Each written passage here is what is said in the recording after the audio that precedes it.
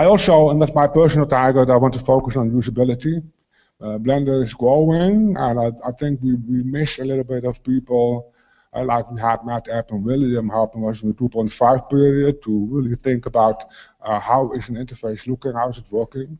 We should keep doing that. We should think about, okay, what is this usability thing? How do we configure it? How do we get new stuff, like making configured for children in a high school where you want to remove all the buttons, or you want to have a Maya or a 3D Studio configuration. All those things don't really work yet. I think it's important for Blender to do that. And I want to get more stakeholders. Now, I want to share a few words about usability.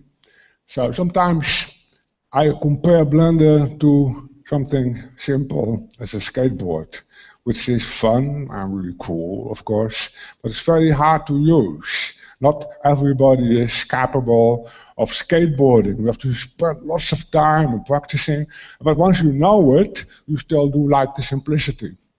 But if you would look at usability of this, you say, yeah, but maybe more people would like to use it. So let's improve the skateboard and make it usable, right? So you could call this the Microsoft skateboard. So this is now everybody can skate, and there's a brake, and there's a steering wheel, so it's more accessible for people. That's cool. But you can also have the Apple version of a skateboard, which is also really cool. It's awesome. Everybody wants to have this, right? This is so great, so sexy, nice. And there's, of course, the developer version of a skateboard, which looks like this.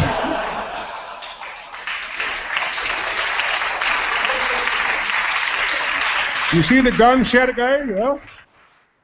Especially Russians would love this. The same thing, you can say, okay, look at a piano, the grand piano. I mean, everybody knows how to play.